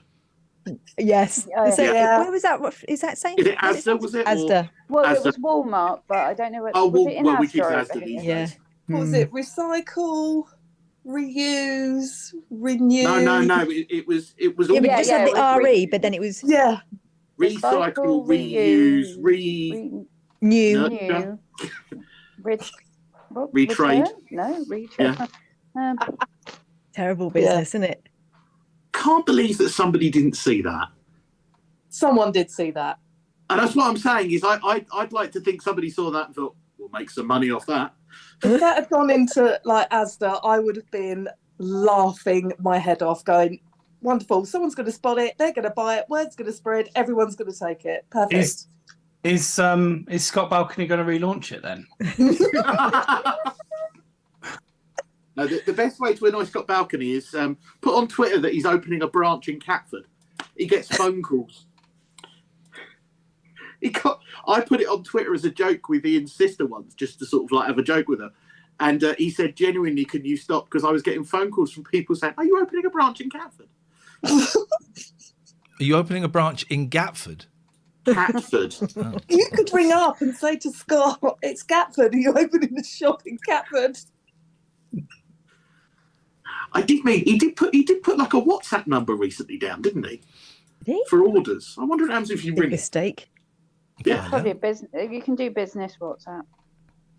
Oh, can you? Oh. Yeah, and so you can like have Yeah. out of office hours or something, you know. That's how Iain booked a guest to speak to Reggae Sauceman. He just had his phone number on He had his the website. phone number didn't on he? his website. What Yeah, an idiot. and we phoned him up. Not Levi Belfield. What was his name? Roots. Levi Roots. LeviBelfield.com. He's incommunicado for a while, isn't he? His phone number up there. He's probably got a phone up his arse. They make really tiny ones, can't they? Yeah, you can get tiny, or To a fit big in your one. prison pocket. Big one if you're feeling fruity. Well, just be one of those old Nokias that used to be able to fit in that funny coin pocket. Maybe do. What did you never have one of those Nokias? It was tiny. Oh, what the I've flip? got it. I keep my little lucky It was coin like in a there. 3110 or something. It was like Yeah. that Oh, they got big. smaller and smaller, didn't they? And handbags got bigger and bigger, and they didn't realise that would not work for most women. But now phones are massive again, and they have to fold out 4 times, and Yeah. they're like a broadsheet. But as I'm getting more difficult with my vision, I'm quite glad that they're getting bigger. Maybe that's what it is. It's just Yeah, moving with our it's like- generation. Yeah, they are. Make bigger phones for older people. I had to have an eye test, and the guy said, well, you're going to need varifocals again. And I went, thanks. Couldn't film what old. Oh, I couldn't someone do varifocals. I got glasses for this. Oh, I need to read. I'll take these off and I'll put on my reading glasses. All right. My I optician can't has said that if they give me the right prescription for long vision, my short-sightedness will vision. get worse. Yeah, they tried to discuss the option of contact lenses that were very focal, and I said, "Do they work?" And she said, "Will you lose a bit of your sight?" I was like, "No, thanks." What's the point, is Just it? wear these, you know. My mum I'll had just wear very these. focal contact lenses. She got on with them quite well. They're weighted weird. I don't know. They're just a bit I think I would probably focus on it and end up falling over because it's something yeah. that I would do. I'll trip over my feet if I have those. Yeah, absolutely. I'm on the brink of needing readers. It comes to us all, Jimbo. Was it just a normal eye test for you, or was it the glorious orange Oh drops? no, I'd had the glorious one a few days before, so I had double lights in the eyes and drops that make you look like a cat at midnight. Yeah. I'll have that. They're fun, particularly when you forget. And even though they put it on the letter, they say, "Do bring sunglasses. Everything will seem 30 times brighter." Yeah. Every time I forget, walk out of the hospital and go, "My goodness, I'm blind!" And it's not even that funny at the moment. Well, mine was just in a normal high street optician. Oh, really? Yeah. So that's what the way they do it in West Mids. Apparently, it's just loads of different opticians, and so I just stumble out onto the high street from this optician's looking for the Uber I've ordered. This, like literally can't see. Is it on a main road? Yes, dual carriageway. That seems dangerous.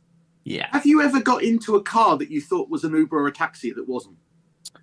Yes. I have. Yeah, he's got into some bloke's car.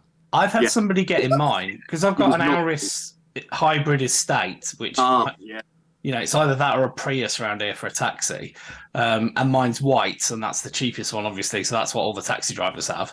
I've had people try to get into a car at the NEC before now. I did that once. I got into a driver's seat thinking it was my car, and there was a woman in the car. Then I was like, and that was mortifying, but hilarious. But I did unlock someone's car once with the right key.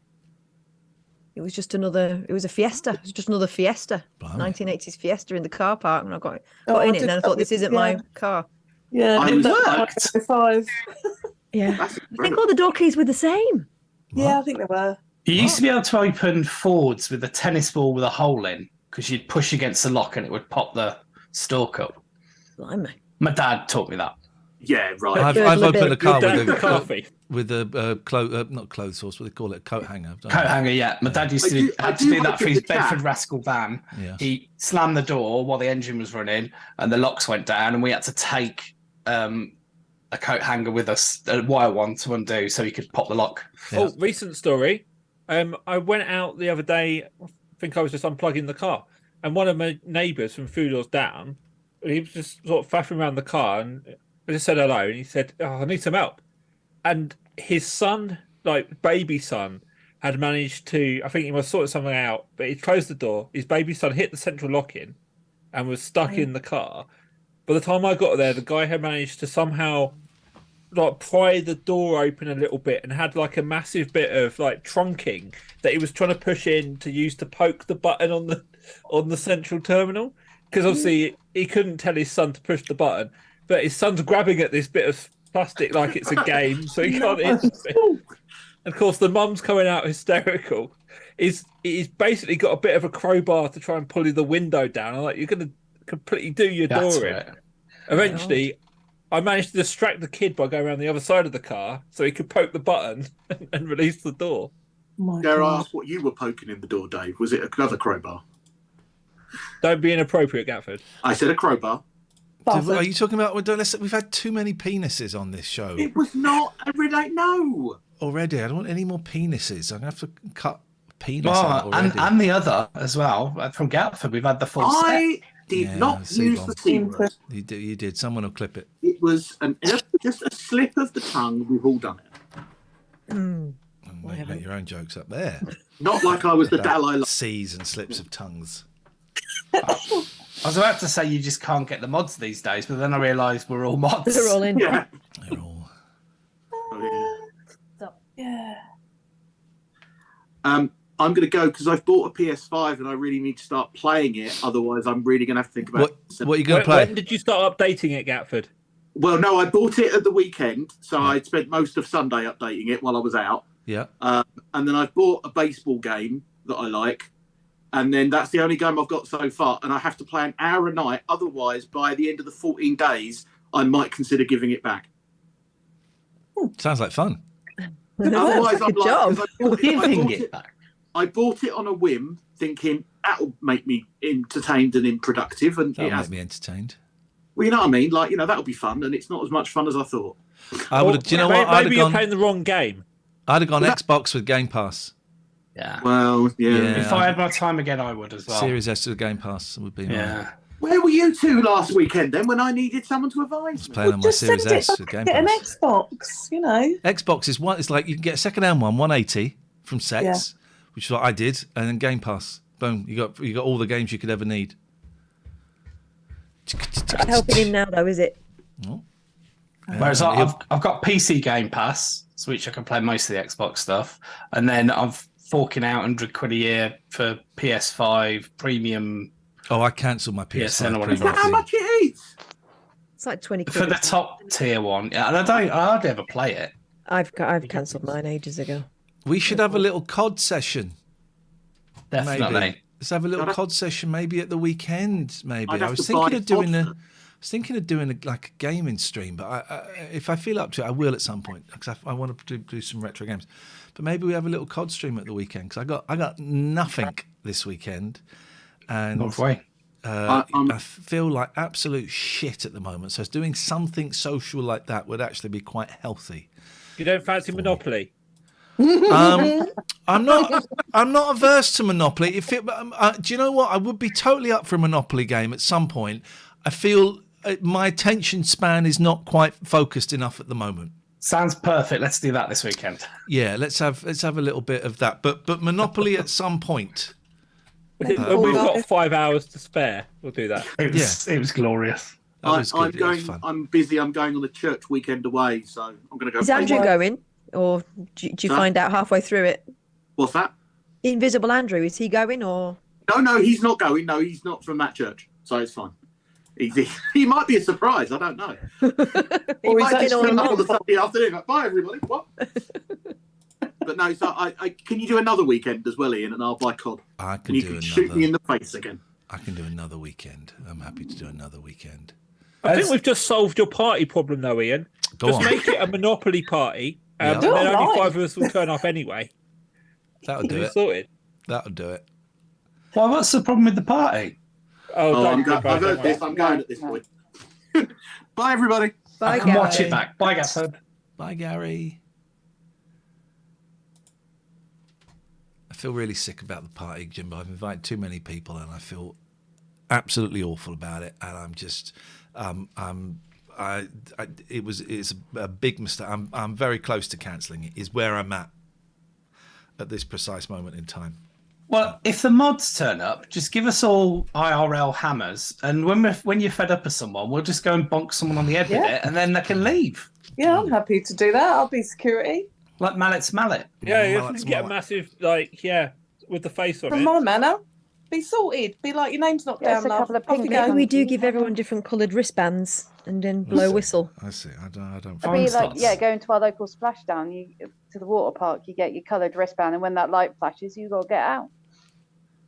We'll see. I don't know. I don't feel very good about it. Who's that, please? What's going on? Thank you. There we go. Oh, she's got a mouse. Oh, of course, yes.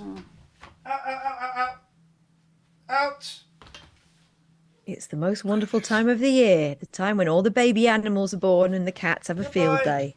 I'm not Modi Willow loves bringing it, in but he fledglings won't. yet, but it'll happen. No. Oh no, Modi just eats them whole and then throws them up later. Really nice. Great. Willow has no idea what to do with them. She feels like she should show me them for some reason. She brings them in through the cat flap, scream it. They're screaming normally because they're still alive. Yeah. And I just open the front door and I go, no, out. She just takes fair enough. But I did have to take one to the vet to be put down last year. And it's like there's avian flu.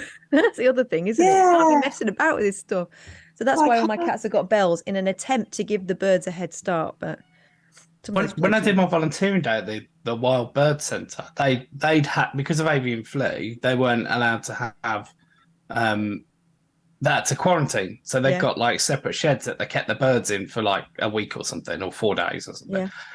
If they showed no signs, then they could go in the main one. But then all of them had to be covered, because if there were something flying over that had it and droppings went in, that's it. The whole centre would be shut down, and you're not allowed to do any rescues then for it could take 6 months to get out. That's still bubbling away, isn't it? Oh, it's getting worse. It's getting worse. Yeah, it is. It's got a massive reservoir now, and they're saying it used to be you'd get 3-4 months a year. And now it's all year round. Yeah. How come they're not warning us about that so much? Because there's little we can do about it. Is that it? Yeah, I mean, I suppose those. So when I used to work for National Highways, the traffic officers all had briefings on it every so often. To if there was a dead bird that they weren't to handle it, that we had to get specialist services out to move it, all of that sort of stuff. So the service and the RSPCA and all that would get those briefings from DEFRA and whoever, but they just don't tell the public about it, because actually, what can the public do? Yeah, there isn't really a lot. It's not like when was there? I can't remember if it was bovine TB or where you had to drive through if you went to the safari park, foot and mouth. That was it. Yeah, it was. Yeah. And we have them all around here because we live on the edge of the New Forest. Mm. And then there was a lot more precautions for the public, because if you went to a zoo or drove through a safari park or whatever, then you had to drive through some kind of cleaning liquid to stop you from spreading it. Just crazy. Yeah. But it's been a while since that's been rife. Yeah. Joe Biden, eh? Oh, God. I've heard he's Irish. He's mentioned it once or twice. No. I think he's less Irish than I am. And I'm not very Irish. Don't all the Americans think they're Trump Irish? did when he went to Scotland and claimed to be Scottish. Trump did?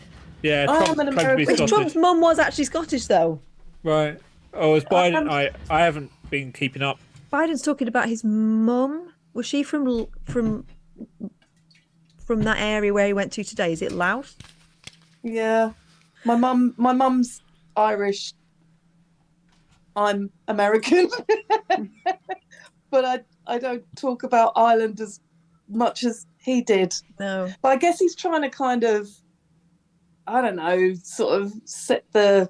He said that he'd always wanted to go there, which I thought was fair enough because I haven't been, and I'd love to go to where my mum sort of spent 6 weeks. They would send her away for sort of 6 weeks at the time during the holiday because my nan and my granddad would be like working constantly. So she grew up in like Kilkenny, which is, you know, in Ireland, and I'd love to go there because I've still got family there. But yeah, I don't know. You're just going to have to be president. Yeah. Then it'll happen. I think I'm going to have to. I'm surprised he's not been. I mean, he's quite a wealthy man. I would imagine he's got enough money to be able to go wherever he wants. I know he's been busy. Well, it's not just since he's president that he's. I mean, when he was vice president, he banged on about it then as well. So they asked him something about. You know what it is? Because there's a huge amount of loyalty from people in America who. Well, they used to fund the IRA, didn't they? Yeah. So he wants to get that crowd in there, doesn't he? And also, most people who are like in, you know, New York claim that they are Irish. Everyone's a bit Irish, aren't they? Dutch Irish. Now. Yeah. So there's Boston, that as yeah, well. all along back, look, they're all just like. But they're I plastic suppose Irish, aren't they? the fact that they are a relatively new country means they want to be able to have some sort of identity, and I get it. That's why there's flags all over the place still. It shows a certain amount, I think, of insecurity about your identity as a people, when actually the only real Americans were the ones that were pushed off their land and were subject to genocide, as we know. Exactly. I was listening to a podcast earlier. It's a drama thing called The Cipher, and but there was a line about Americans that really made me laugh, and I hope you're not offended here. Never be offended. And they came up on this big old manor house, and the American character in it said, "Oh my God, it's haunted! It's a haunted house." and the British character said, "You see anything over 200 years old, you think it's full of ghosts." It's true, though, isn't it? That was like one of the first questions that I had. Two great aunts that were amazing on my nan's side of the family, her sisters, and they came over and we took her to the Standard, which is like the 800-year-old pub. And the first thing that came out of my aunt Ethel's mouth was, "Is this haunted?" That made me laugh. And then she lost a watch, which was left in the toilet. It goes to taking it. Yeah, that's what she thought. Yeah. Did she write into chat his fate? On my watch. I bought Clinton a new magazine actually today. I was in the supermarket and I couldn't resist. Let me show you. By the way, Shannon's OG in the chat. Ian, you and Kath are still trying to break out of prison on PlayStation. Like, proper OG, Shannon. I respect that. I ended up breaking out of prison with my son. Oh, what's this? Can't Find read Your it. Fate. What's it called? Sorry. It's in the same. You know, they do like a Harry Styles special. They've done a Taylor Swift one. Now they're doing crystals and tarot, written in the stars. There's another one called Spirit and Destiny that do the same thing as well. Clinton uses that one, yes. Oh, okay. Sadly, Chat is Fate is no more. But there is Take a Break, Fate and Fortune. Delivered through your door. Oh. Yeah. Take a Break, Fate and Fortune is the one now. Have we actually found out whether or not Clinton's influence was the one that killed Chatty's Fate? But it's really cool. Just saw it off. I think he was the only one that was. He was the only one who was reading it by the end. He's a very spiritual person. He is. He's a. Catherine, my new cardigan has got a hole in it. Would you be able to sew it up tomorrow, please? Yes. Where is it? It's here. I can't believe it. I took it out of the wardrobe. He's wearing it. You can see it. No, but is it on a seam or is it on the actual? No, it's somewhere. I can't think where, but I saw it. I couldn't believe it. I've only had this like a month. I'll bring me There's a bastard hole in it. Is it a chunky knit that? It's chunky knit. I've got. Bring a darning needle. It's easily done. Okay, thank you very much indeed. That would be appreciated. No problem. Thank you, madam. Happy to use my skills. I couldn't do that to save my life. You made Woman Last Week gush. How do you respond when someone says that? I mean, he realised immediately what he'd said. Well, thank you. I would have said. Well, skills. I have a special set of skills. I've still got it. Didn't even touch her. Yeah. Sorry, we're going to stop in a little bit. I feel like I'm bringing everybody down with my vibe. I'm really sorry. You're not. It's certainly not for me. Okay, all right. Well, thank you, thank you. Jimbo don't care. It's nice for Catherine to get a word in edgeways. Do you know what? I think you're right. Actually, I think you're right. I've enjoyed listening and stuff. I don't feel very well, but I don't want to bang on about it tonight because it's fucking boring. And then I just swore. I'm trying not to swear. But tomorrow you're going to be here, Boyley. Yeah. Let's watch some pop quiz. I want to watch some pop quiz tomorrow. Nice. Well, something else. I saw something else pop up, and I should always jot these things down, and I can't think. Faith emailed something called pink trombone that will be chaotic. That rings a bell, pink trombone. Yeah. What is pink trombone? I don't know, but She I don't emailed know it about to it. Like I don't. sexual to me. So. Yeah, it doesn't sound right, does it? No, she didn't. Did you ever read? That's my brain. Did you ever read? It is an Lines official Mr. Pink euphemism. Whistle. Don't That know. was a real thing. Apparently, she was a nudist. Who was? Enid Blyton. She loved being What's this naked. about Enid Blyton going missing for a week? You know that story? Wasn't that? Oh, that was Agatha Christie. Agatha Christie. So what was? Well, That's they're a the great same. story. She was locked in a room. She Doctor Who hired. claimed that. She hired a room Yeah, in the name of her husband's mistress. yeah, She left her car at the top of a cliff with all her belongings in it. yeah. She framed them basically, and then disappeared. I don't But know. we all, as Visionary said, we all know she actually got attacked by a giant wasp and lost her memory. It's a Doctor Who thing. Yeah, isn't it? Doctor Who fixed it. Sophia says, I think we saw a pink trombone tonight already, and I have to go back and cut that out. Renders all of the links useless. So I'm going to get a load of DMs over the next. I can't say Thursday. I'm clicking on Thursday's night show, and there's no link. The link isn't working. They go, I've got to edit it, and it'll take 2 days for it to go up. I think Jim said he went back and checked, and It was just thigh. apparently. No, there was yeah. So I got to go back, edit it. So And that yeah. wasn't just my opinion. Jenna was also in the room, and she also confirmed there was pink. Pause. Oh Zoom in. Enhance. Enhance. We made that joke over the weekend, didn't they, about my memory? Except when you enhance, it just gets more and more vague. Zoom in. Blurrier. Zoom in. Did No, I tell you what happened to? Because my brother joined you lot, and the obvious peen incident. He said that he's got a huge monitor that spans his office. I'm glad that's where that was going. He said, luckily he had the earpods in. It's just what you see on his monitor because he had him filling the whole thing. I was absolutely cracking up. so we can't guarantee that every time, but if that's what turns him on, He loved it. He thought it was absolutely hilarious. He thought it was brilliant. So yeah, thanks. Can I play? As you know, I listen to 4 Extra. yeah. To fall asleep because a lot of it is crap, right? And I heard this thing today. I've been in bed pretty much all afternoon, right? And there was a sketch show. To controversial. There's a sketch show from it's from. Oh my God, this is from 2001. I thought this was about 1984. Wow. Okay, well then this makes what I'm about to play you even more unfathomable. So it's a sketch show about modern life, written and performed by baby boomers who've lived a bit of it. It's got an amazing cast. Eleanor Bron, Andrew Sachs, Paula Wilcox, Neil Innes, and Roger Blake. I don't know who Roger Actual Blake is. boomers for Yeah. a change. Live music by Ronnie and the Rex, written by Colin Bostock Smith, Simon Brett, Mike Coleman, Pete Spence, John Pigeon, Bob Sinfield, Bob Yule, and Martin Thomas. So written by men, produced by Helen Williams, a woman. Oh God, I thought it was 1984.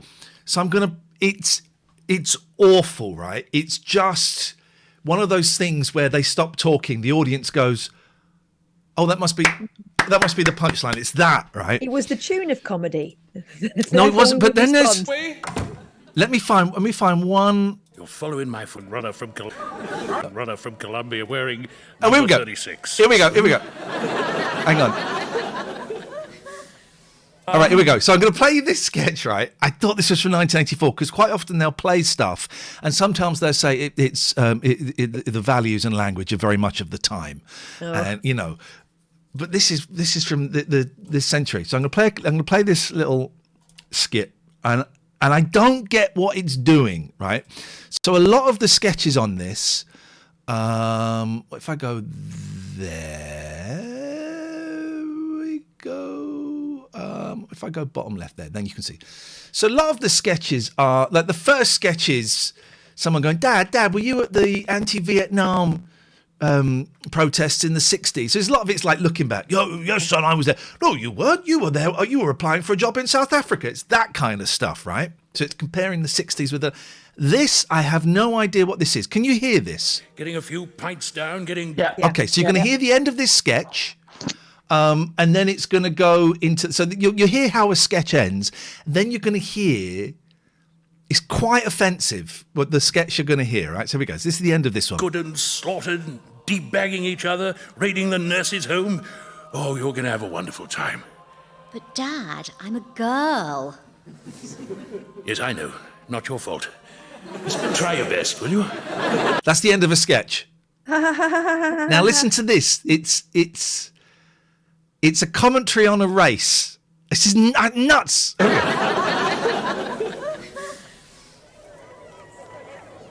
Hello, and you rejoin us just in time for the start of the women's 100 metres. And in lane number 1 on your screen now, that's Bella Edmundo, the exciting young runner from Colombia, wearing number 36. And also wearing the tightest pair of shorts and the dinkiest little top. So it starts like this, and you think, okay, well, this is going to build to a commentary about sexism or about, how we view women in sports and all of that. And you go to lane 2, when the you said German. it starts with a commentary on a race. I did. I was much worse. Okay, it's a physical run race. Here we go. Helga Munster. How the Helga she got into those shorts, only she knows. Lane 3, the British record holder, Carol the Balcony Roberts.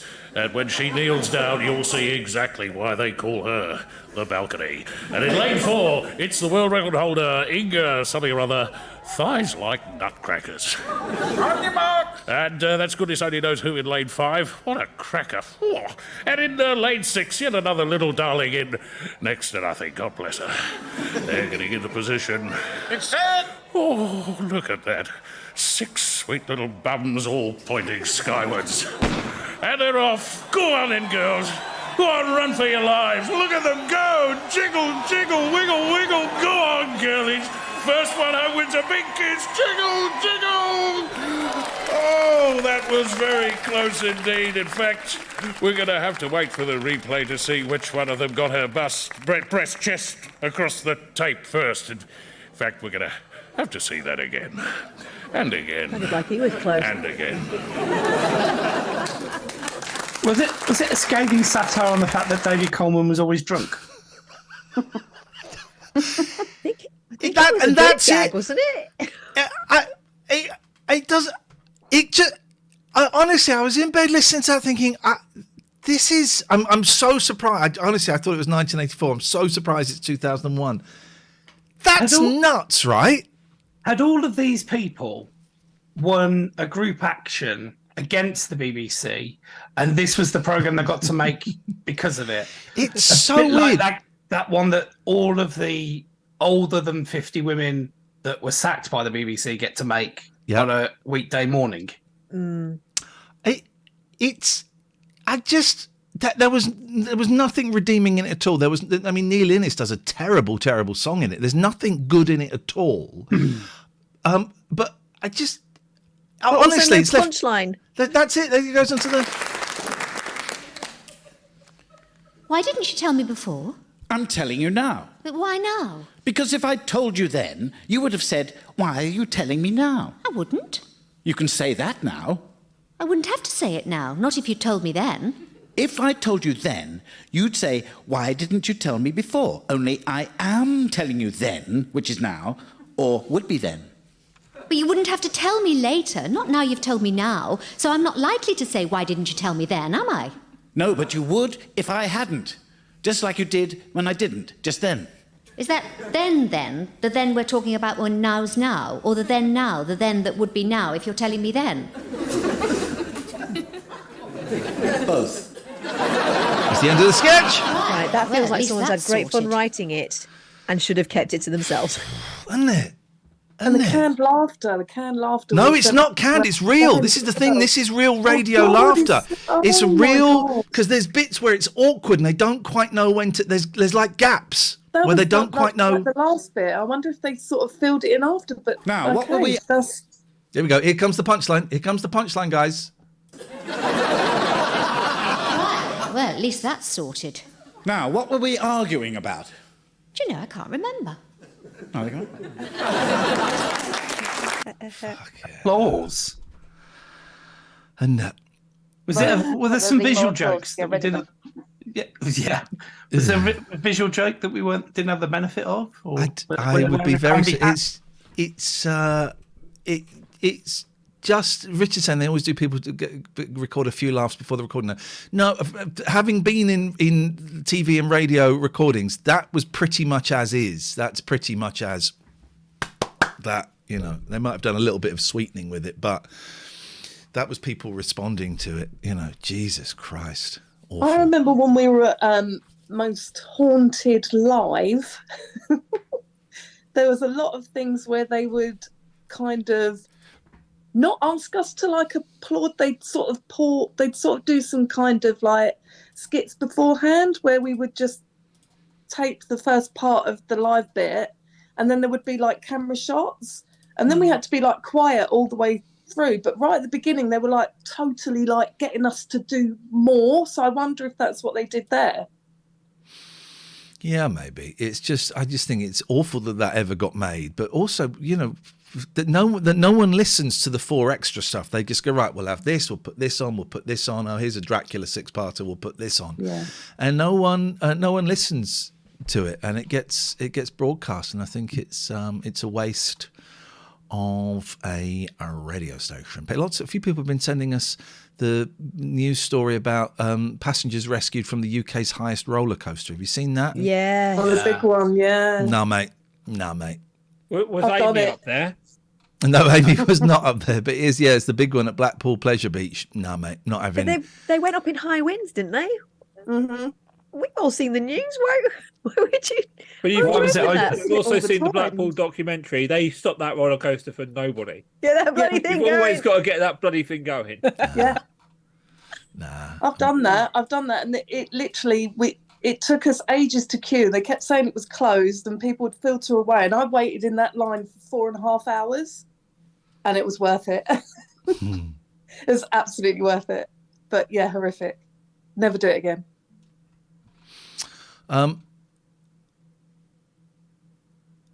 Okay. On that bombshell, ladies and gentlemen, I'm going to go and edit out a penis. Again. Have fun. I started my wave too early. You started your wave too Doing the early. game show wave, we'll just be stuck in that. It's crazy, isn't it? Thank you, guys. Good night, everyone. Thank you, guys. See you later. Ciao, ciao, ciao. Ciao, ciao, ciao. They're leaving. Who's going to be last? Dave or Kate? Guys. Dave or Kate? It's Kate. The leave button's behind change my camera. I can't leave. She's stuck. She's stuck in. She's stuck in. Turn it on the side. That isn't going to work. She's making it worse. I'm not even going to portrait. boot you out. We're going to watch it. There we go. I'm sorry, Catherine. I feel I've let you and the team down You haven't. today. You haven't. So take that out of the equation. It's not a thing. Okay. Not a thing. I will see you tomorrow. I'll bring my darning needle. I will fix that cardigan, and I'll do my best to try and cheer you up. Yay! And I'll do my best to make you gush. Oh God. Does that mean I have to book you in for a car repair? If you've literally just tuned in, that sounds like the most inappropriate thing I could say to a colleague. Catherine, you can leave at any time. Goodbye. Charles.